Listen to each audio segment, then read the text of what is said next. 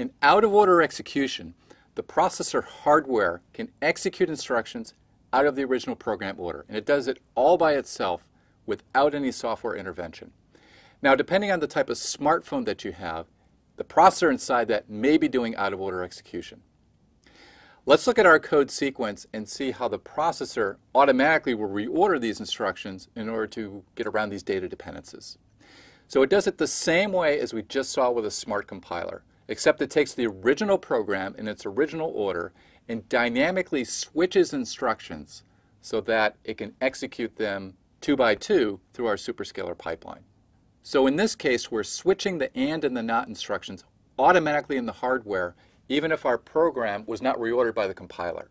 A key component to out-of-order execution is what's called an issue queue that tracks the availability of source operands. Let's see where the issue queue fits into our existing pipeline. The issue queue is a hardware structure where instructions wait until source operands can be bypassed. Now, we put it between ID and EX in our pipeline. So we're replacing the pipeline register between ID and EX with an issue queue. Let's talk about one way in which we can design an issue queue. There are actually several different ways in which architects design these. Each entry in the issue queue holds the information for one instruction.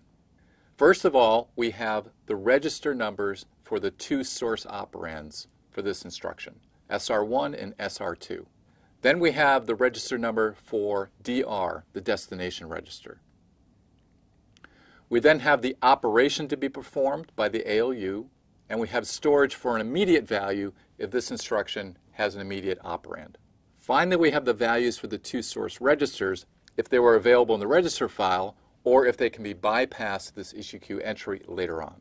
Now, this shows the design if we had single issue, meaning only one instruction could move into EX at a time.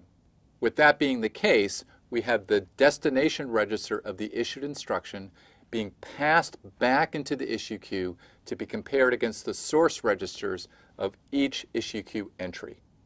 Now, associated with each source register number is a comparator and a ready bit. If we are able to read the value from the register file and store it into this issue queue entry, then the ready bit gets set when we load this issue queue entry.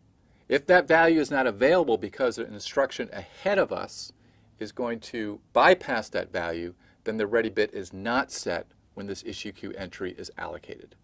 If the ready bit is not set, then we need to wait for the dependent instruction to issue ahead of us, to go off to be executed.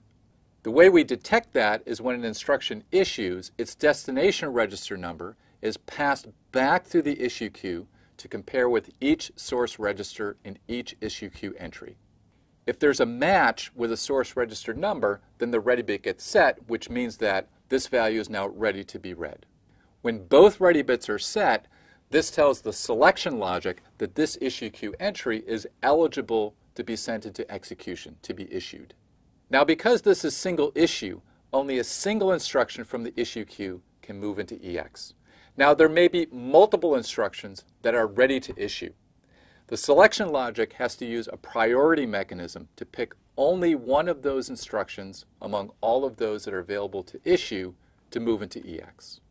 When an entry is selected, then its associated values are then passed into EX.